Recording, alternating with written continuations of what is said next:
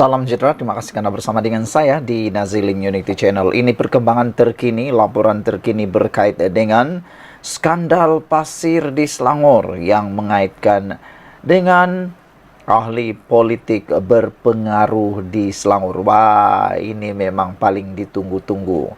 Hari ini akhirnya Menteri Besar Selangor Amiruddin Syari buka suara, menyatakan perkara yang kita tunggu-tunggu, mendedahkan perkara yang ditunggu-tunggu oleh rakyat Malaysia, maklumat yang paling penting dan mungkin clue kepada identiti sebenar siapa yang disiasat oleh SPRM atau siapa yang dimaksudkan sebagai ahli politik berpengaruh tersebut. Yang pastinya, apabila Amiruddin Syari, Menteri Besar Selangor telah bersuara, pastinya ini akan membuatkan jantung orang yang dikaitkan sebagai ahli politik berpengaruh itu berhenti sekejap. Lutut dah tak dapat berdiri lagi sebab dah berlenguh bergoyang. Kaki dah bergetar-getar dan mungkin malam ini meroyan tak dapat tidur. Siapa orangnya? Entahlah, Anda boleh jangka, Anda boleh ramal, tapi kita tak tahu siapa. Yang pastinya sudah banyak spekulasi dalam laman media sosial, dalam dunia media sosial yang meramalkan, menyatakan orang tersebut. Saya pun tak berani cakap, takut nanti kena saman. Tapi yang pasti, SPRM kata mereka sudah mempunyai maklumat yang cukup dan menunggu masa untuk melakukan langkah yang seterusnya. Kerajaan Selangor sedia beri kerjasama berkait kes MBI, kata Amiruddin Syari, Menteri Besar Selangor. Menteri Besar Selangor itu turut meminta semua pihak tidak mengeluarkan kenyataan bersifat menuding jari atau yang boleh mengganggu siasatan. Kerajaan Selangor bersedia bekerjasama dengan pihak berkuasa susulan siasatan kes rasuah yang dijalankan terhadap Menteri Besar Selangor Pemerbadanan MBI. Menteri Besar Amiruddin Syari berkata, sehubungan itu semua pihak diminta tidak mengeluarkan kenyataan bersifat menuding jari atau yang boleh mengganggu siasatan pihak berkaitan bagi memastikan ia berjalan dengan lancar. Siasatan terhadap institusi negeri ini memang kita sangat terbuka dan agensi penyiasat diberikan ruang dan kerjasama yang sangat baik oleh negeri dan juga agensi kerana siasatan juga akan menjamin integriti terus bertahan dalam institusi seperti MBI. Kalau ada kesalahan prosedur, kita betulkan prosedur. Tapi kalau yang melibatkan jenayah, itu untuk tindakan selanjutnya pihak berkuasa yang berkaitan. Itu di luar bidang kuasa negeri, katanya ketika ditemui selepas program pemukiman Kesatuan Penghulu Penggawas Semenanjung Malaysia Peringkat Kebangsaan 2024 semalam.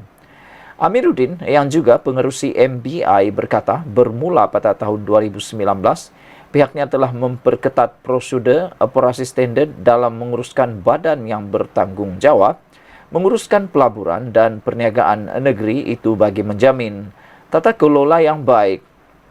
Sebelum ini, media melaporkan Suruhanjaya Pencegahan Rasuah Malaysia SPRM telah membekukan aset bernilai jutaan ringgit melibatkan siasatan kes MBI berkaitan rasuah konsesi pelombongan pasir. Mengenai program pemukiman itu, Amiruddin turut menyatakan hasrat untuk mencadangkan kepada Kementerian Kemajuan Desa dan Wilayah bagi meningkatkan grade penghulu dan pengawal, mengambil kira peredaran zaman dan tanggungjawab yang semakin meningkat. Kata beliau, saya lihat setelah beberapa tahun grade mereka ini sekitar 29 sampai 40. Jadi sudah sampai masanya dengan institusi kita yang semakin kompleks, mungkin penggradean mereka ini boleh ditingkatkan melebihi 40 kerana setengah daripada mereka ini ada yang berpendidikan ijazah dan ada juga doktor falsafah, kata beliau lagi. Wow. Sekian untuk kali ini. Jangan lupa tinggalkan komen anda untuk isu kali ini. Agak-agaknya, siapalah orang yang bertuah sangat itu? Siapalah ahli politik berpengaruh yang bertuah itu? Yang pastinya, siapapun dia adalah orang yang paling bertuah kerana dia akan mengalami mimpi ngeri selepas ini kalau sudah ada pendakwaan. Jumpa lagi, bye-bye. Salam sejahtera, terima kasih karena bersama dengan saya di Nazilin Unity Channel. Ada pengulas politik dan netizen mengatakan kerana mulut badan binasa, kerana mulut santan binasa, kerana mulut santan pun habis. Nah, bukan itulah, itu gurauan je. Tapi yang betul ialah kerana mulut badan binasa, kerana kebiadapan, kenyataan biadab dan dianggap tidak hormat daripada Ketua Pemuda UMNO Akmal Saleh, kini kenyataan beliau telah pun memakan diri. Ada juga netizen yang menyatakan ini adalah yang dinanti-nantikan supaya dapat mendidik, mengajar kepimpinan baharu supaya lebih menghormati orang tua dan cara bercakapnya pula dapat dikawal menjadi teladan, menjadi ikutan dan juga menjadi pengajaran kepada ramai orang. Kata netizen, kalaupun anda tak suka dengan pemimpin itu, ada banyak cara lain lagi yang boleh digunakan, bahasa yang sopan santun yang boleh digunakan. Teladan yang paling senang kita ikuti ialah Datuk Seri Anwar Ibrahim, Perdana Menteri Malaysia yang terkini. Meskipun beliau telah dianiaya berulang-ulang kali, dikejami dengan ulang-ulang kali, tapi lihat saja cara Anwar Ibrahim menjawab, menangani, berbahas dan sebagainya, jauh panggang dari api, lebih baik daripada pembangkang yang ada sekarang ini. Jarang sekali kita mendengar Anwar Ibrahim mencarut, memaki, menghamun dan sebagainya, jauh lagi daripada memfitnah. Tapi pemimpin-pemimpin muda yang ada sekarang ini, khususnya yang dikaitkan yaitu Akmal Saleh, begitu mudah mengatakan sesuatu yang agak biadab dan menyakitkan hati, menyinggung perasaan orang lain. Sehingga kan ada pengulas politik kata Akmal Saleh patut dihukum untuk mendapat pengajaran.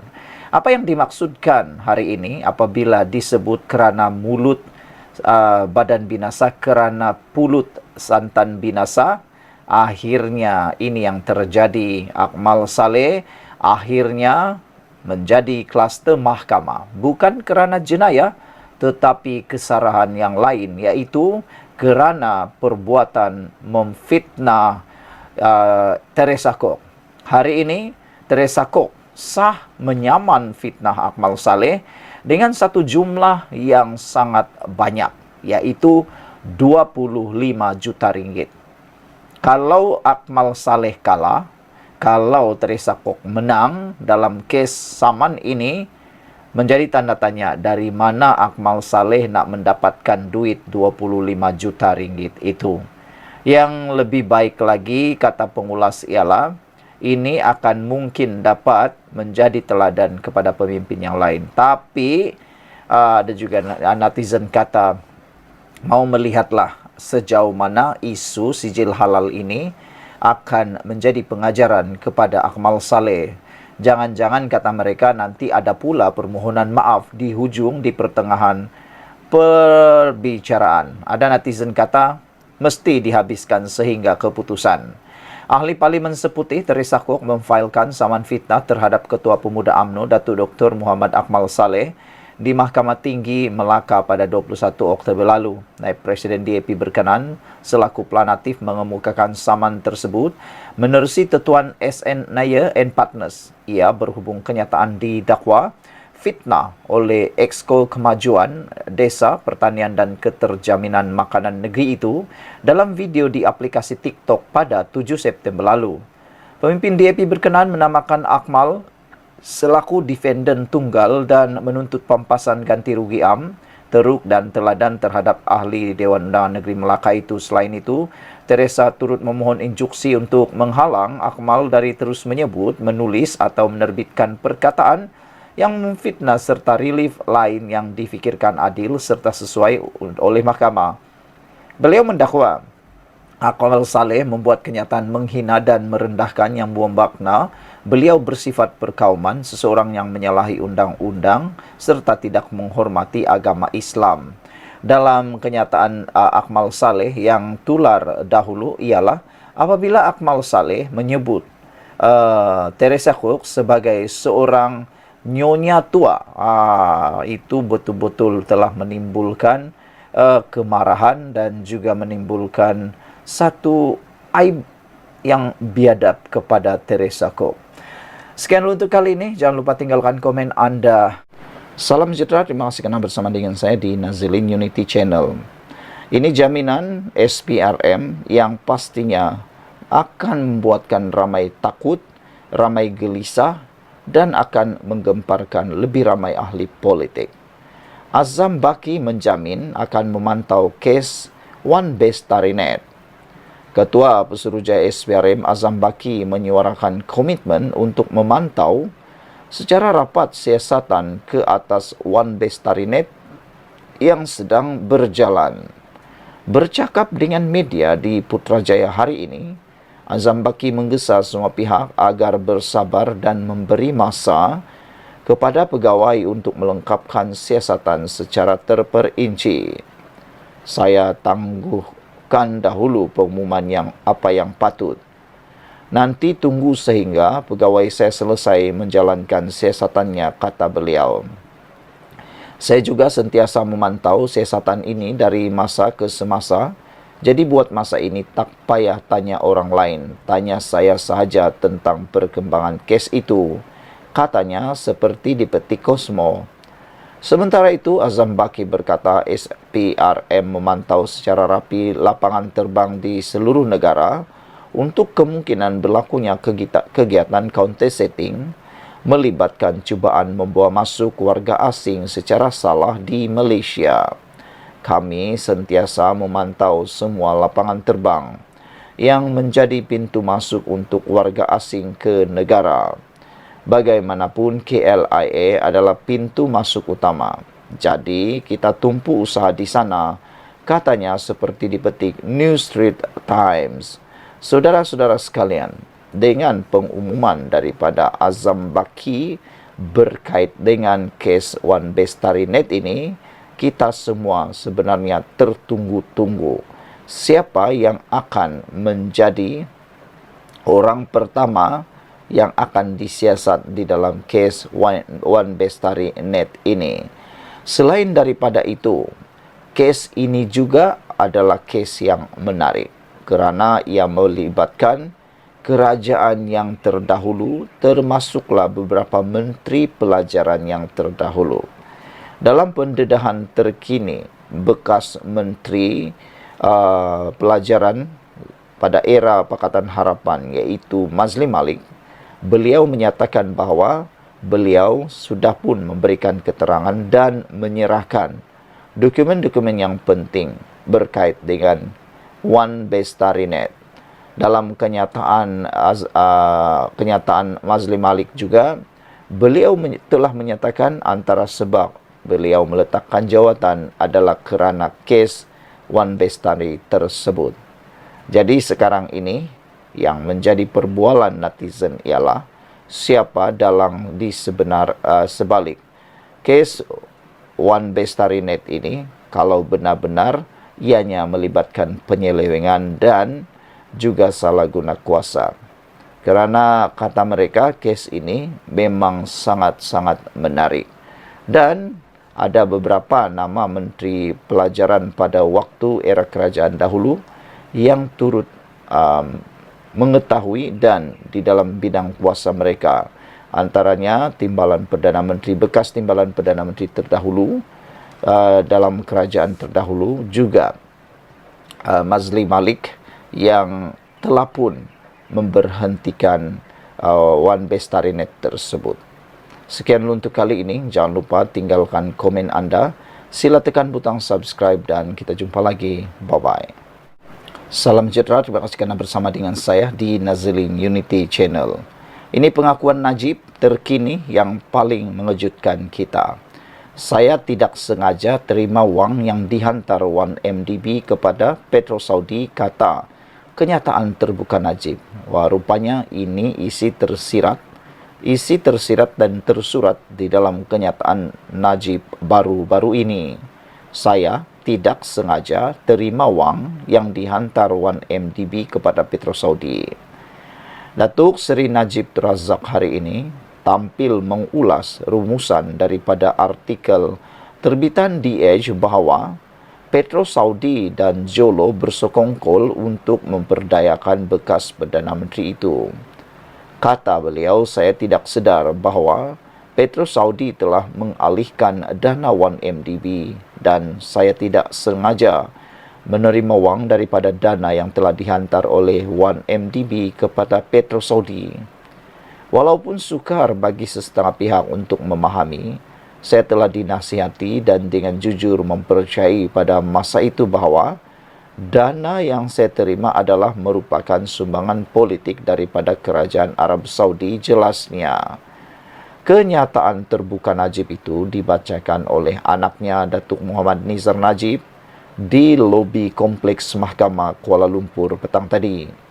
Untuk rekod, Najib mencipta sejarah sebagai Perdana Menteri pertama dipenjarakan selepas 12 tahun mulai 23 Ogos 2022 selepas didapati bersalah atas tuduhan kes menyeleweng dana RM42 juta milik SRC International Sendirian Berhad.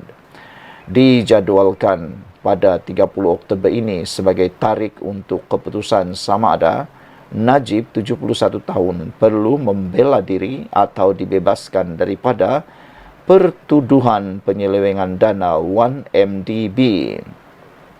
Suami kepada Datin Seri Rosmah Mansor itu berdepan 4 pertuduhan menggunakan kedudukannya untuk memperoleh suapan RM2.3 bilion dalam dana 1MDB dan 21 pertuduhan pengubahan wang haram membabitkan jumlah wang yang sama. Mengulas lanjut, Najib mengakui memang terdapat 2 sumbangan besar yang disahkan pada tahun 2010 diterima daripada Kerajaan Arab Saudi seperti telah ditetapkan dalam prosiding mahkamah. Walau bagaimanapun, katanya, sumbangan tersebut tidak pernah menjadi subjek dalam mana-mana prosiding jenayah atau sivil. Apabila berlakunya kebimbangan dan pelbagai pihak mula mempersoalkan apa yang berlaku di 1MDB, saya sepatutnya mengambil tindakan berbeza, kata kenyataan Najib. Saya telah mengarahkan pelbagai siasatan dijalankan, namun saya cenderung untuk mempercayai penjelasan oleh lembaga pengarah dan pihak pengurusan 1MDB. Apabila saya mula curiga tentang apa yang sebenarnya berlaku di 1MDB, kebimbangan utama saya adalah kepada kedudukan dan risiko yang ditimbulkannya terhadap hubungan diplomatik dua hala di peringkat tertinggi, kata Najib lagi. Najib yang sudah menjalani hukuman penjara selama 26 bulan itu berkata, dia telah pun dihukum atas tanggungjawab yang telah dipikulnya walaupun dengan jelas beliau bukanlah dalang kepada skandal 1MDB. Turut menegaskan dirinya tidak pernah sekalipun bersekongkol dengan Jolo, Najib berkata dia tidak sepatutnya menjadi mangsa dari segi undang-undang. Saya masih lagi terkejut dengan mendalam apabila mengetahui kini kepincangan perbuatan yang tidak bermoral dan tidak berperikamanusiaan serta pelanggaran undang-undang yang telah berlaku di 1MDB. Saya amat kesal dengan apa yang berlaku di SRC dan 1MDB, kata Najib. Namun dipertanggungjawabkan secara undang-undang untuk perkara yang saya tidak mulakan atau sengaja benarkan adalah tidak adil kepada saya. Dan saya berharap serta berdoa agar proses keadilan akan memihak pada saya dan membuktikan saya tidak bersalah, katanya menjelang tarikh untuk keputusan sama ada beliau perlu membela diri atau dibebaskan daripada pertuduhan penyelewengan dana 1MDB. Saudara, sekian dulu untuk kali ini. Jangan lupa tinggalkan komen Anda, tekan butang subscribe dan kita jumpa lagi. Salam sejahtera, terima kasih karena bersama dengan saya di Nazilin Unity Channel. Hutang PT-PTN dari 2011 kami dah cakap, kata PKR kepada Akmal Saleh. Wow, baru-baru ini Akmal Saleh tampil menjadi seperti hero apabila beliau bercakap tentang PT-PTN. Biasalah Akmal Saleh ni dia selalu jadi hero. Tapi ramai juga netizen yang mengatakan bahawa Akmal Saleh hanyalah terpaling hero. Apa pula pendapat Anda semua? Isu sama ada hutang Perbadanan Tabung Pendidikan Tinggi Nasional PTPTN terus berjaya menjadi sebab untuk parti politik, termasuk yang sama-sama dalam kerajaan, meningkatkan perbalahan antara satu sama lain. Kali ini pemuda PKR EMK yang menyanggah sekaligus menyindir pemuda UMNO. Pengarah komunikasi EMK, Haziq Azfar berkata, pada dasarnya kerajaan memang mampu melunaskan hutang tersebut, namun dengan syarat ia tidak dibebani dengan hutang skandal 1MDB. Malah kata Haziq, Pakatan Harapan telah membangkitkan isu skandal tersebut seawal 2011 lagi dan sehingga 2013. Hutang PTPTN masih boleh dilupuskan kerana jumlah keseluruhan bebanannya baru berjumlah 20 bilion ringgit. Namun, ia sudah tidak boleh dilakukan lagi. Kemudian, khususnya selepas 2018 apabila jumlah hutang PTPTN mencecah lebih 40 bilion ringgit dan terkini 66.87 bilion ringgit. Hal ini diterangkan sendiri oleh Timbalan Presiden PKR Rafizi Ramli semasa kempen PRU ke-15 bahawa Kerajaan Persekutuan berupaya menghapuskan hutang PTPTN khususnya sebelum tahun 2013 melalui kaedah refinance tetapi tidak selepas beberapa tahun kemudian, katanya dalam kenyataan media hari ini. Semalam, pemuda UMNO menemplak Pakatan Harapan berhubung janji untuk menghapuskan hutang daripada perbadanan yang ditubuhkan kerajaan bagi membantu membiayai pembelajaran rakyat senegara ini. Kata Akmal, sejak awal lagi Barisan Nasional memang menegaskan bahawa hutang tersebut tidak dapat dilupuskan namun ia gagal meyakinkan sesetengah pihak. Jangan main sebut saja, malah Exco Melaka itu berkata kemarahan orang ramai berhubung isu itu membawa kepada kejian dan makian terhadap Najib Razak yang menjadi Perdana Menteri sebelum PRU 2018. Untuk rekod, PKR bersama Gabungan Rakyat, Pakatan Rakyat pernah menjanjikan dasar menghapuskan hutang PTPTN dalam usaha mereka meraih sokongan pengundi menjelang PRU. Bagaimanapun selepas penubuhan Pakatan Harapan PH, ekoran terbubarnya Pakatan Rakyat, gabungan itu tidak lagi menyatakan ikrar tersebut dalam manifesto menghadapi PRU 14 dan 15. Pada masa sama, bekas Parti Gabungan Pakatan Rakyat PAS mengulangi janji tersebut semasa menyertai PRU 14 pada 2018 melalui manifesto Malaysia Sejahtera mereka. Menurut Haziq, skandal 1MDB yang berlaku pada zaman Najib memberi kesan yang sangat besar kepada ekonomi dan kantung negara. Kali ini, katanya, walaupun sesetengah aset yang terkait dengan skandal itu sudah dikembalikan, negara masih terpaksa melangsaikan hutang berkenan sebanyak 39.74 bilion dan alangkah baiknya sekira perbelanjaan puluhan bilion ringgit yang terpaksa digunakan untuk membayar hutang 1MDB itu digunakan untuk meringankan beban pendidikan anak-anak muda dengan memperluas skop pengecualian pembayaran sekalipun kini sudah terlambat untuk menghapuskan PTPTN.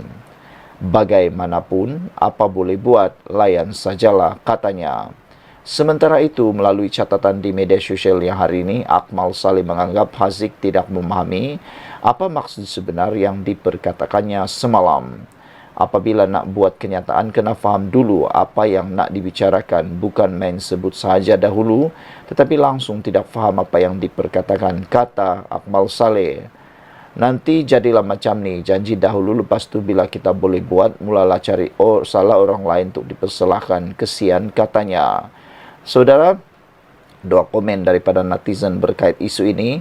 Teruskan berkonfrontasi, akhirnya nanti kita akan tahu siapa sebenarnya api dalam sekam, duri dalam daging yang dalam kerajaan sekarang. sekarang dah mula nampak sedikit tersingkap topeng yang dipakai oleh satu tubuh, dua wajah. Red Perot kata Akmal Walaun. Sekian dulu untuk kali ini. Jangan lupa tinggalkan komen Anda.